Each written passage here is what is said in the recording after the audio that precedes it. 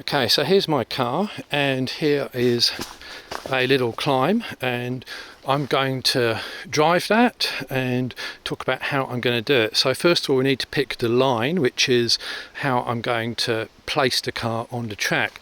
Now if we look over here, we've got a bit of a rut that has been kicked out, and again over here we can see people have put their wheels in. Now if I put my wheel in there, there's no way I'm going to get out. You can see that there's wheel spin there. We can also see there's rubber there as well, and you know, my tyres aren't tall enough for that, so we're going to have to straddle that for sure. We've got a route over here which we can probably manage to get the wheel over, particularly if I put my wheel about here just to be able to straddle that. But if I put my wheel over there, right wheel over there, where does my left wheel go? About there. From that point onwards, it should be fairly straightforward once we've got over this bit. Alternatively, I could come up the left hand side here, which I think would work. A couple of rocks in the way there, might be able to move those.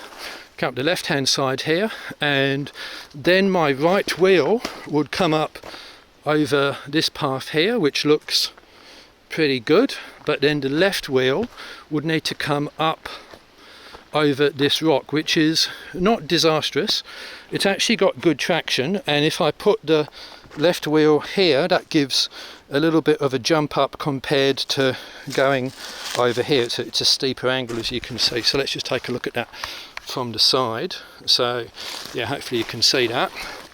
So essentially by putting the wheel up over here, I get more of a sort of jump up onto that rock ledge, as opposed to putting it over here where I don't. So maybe left hand wheel over here would work, and then the right wheel pretty much can take care of itself over there, because if we look down here, yeah, down there, that looks fairly easy for the right wheel. It's really just the left wheel. So yeah, the left wheel as we come up here, which has to get up and over this ledge. Alternatively, I need to get over these tree roots, which I'm not keen about. The other thing I'm not keen about is, we look at this rock over here, there's evidence of wheel spin on it, so that's telling us something. Oh look, what's this? Don't know what that is, I'll take that home. Again, if we look here, we can see this, getting a wheel up over this is going to be a problem, that's for sure. You can see rubbers come off it, you can see problems there. So I think overall I am going to go for the left hand line. So I'm going to go on the left hand line, and I'm going to put my right wheel pretty much up this tree root here, up the middle of that, and my left wheel I'm going to aim to get up over here, and once it's over there I think that should look pretty good. So let's see how that line works for us. So here's the track, and here's essentially the two options. First is the left hand side, which is putting the left wheel up over that rock, and the right wheel gets to go pretty much over these roots, and that should be a fairly easy method for the right wheel to traverse, but the left wheel is going to have difficulty. Alternatively, we can go up to the right hand side of the track, and that's where the left wheel goes, again over the fairly easy part, but then the right wheel is likely to have to get over some pretty difficult tree roots. So I am choosing in this case the left hand side for my vehicle, and at this particular time other vehicles may choose the right hand side to suit their particular capabilities.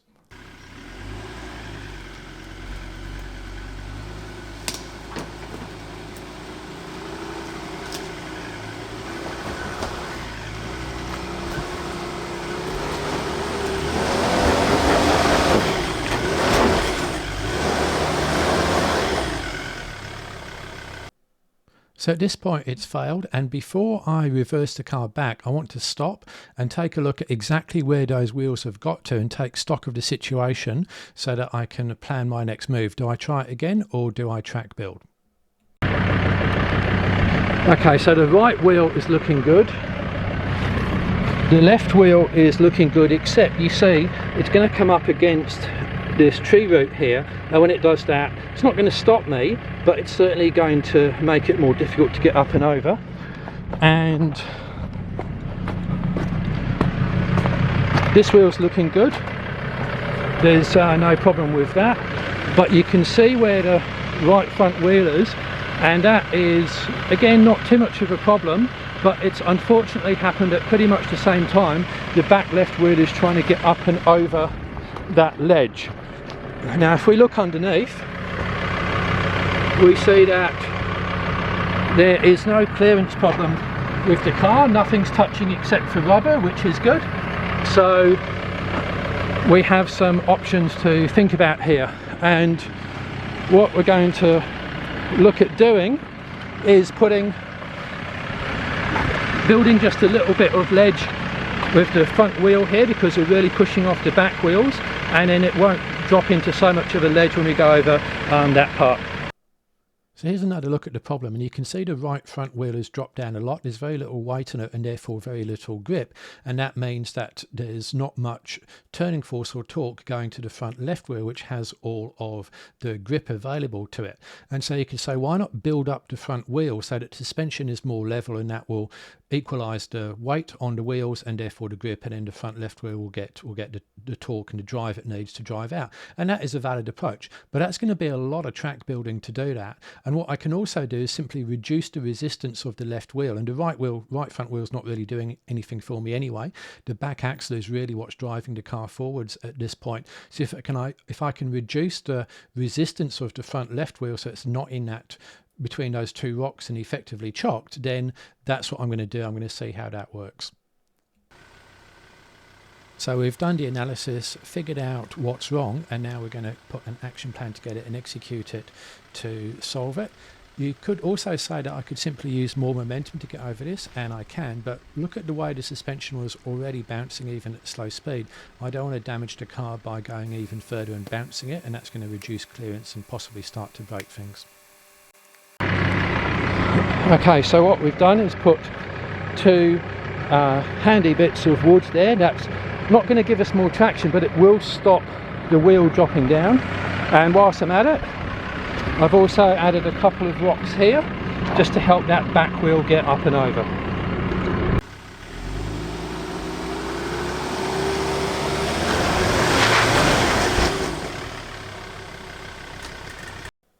So the car's stopped. I'm going to go and have a look.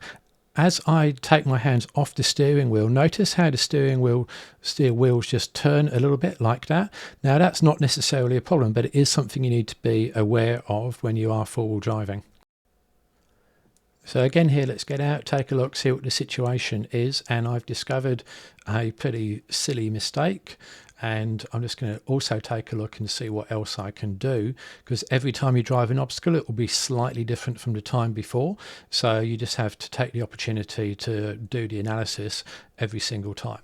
So it's time to just back the car off and then fix that mistake. Okay, that was a bit silly. I put the logs there and it should have been there. That might have helped.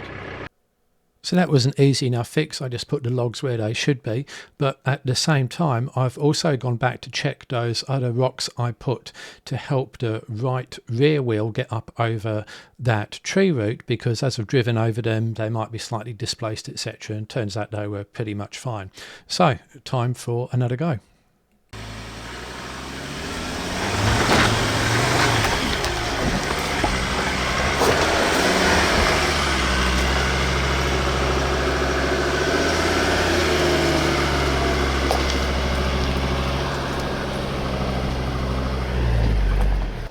Okay, so I think once I got these bits of wood in the right place, that definitely helped, and knowing that my back wheel was going to have a problem coming over this ledge, I added these rocks. As you can see, the force of the wheel has actually cracked that rock, which is fine. When you rock build, it's important just to try and make sure they're not spat backwards. That's why this is a fairly flat rock, and there's other rocks in there as well, and you do the best you can to sort of dig them into the ground. Over here you can see a little bit of wheel spin here, but I didn't make it much worse than it already was. And I also added another rock here just to help get the tyre over, so I added that rock just in case I wasn't exactly lined up, just to ease the vehicle over. So basically every little bit helps, and the problem was that diagonal wheel and this diagonal wheel, so we fixed those first and then we're up and over.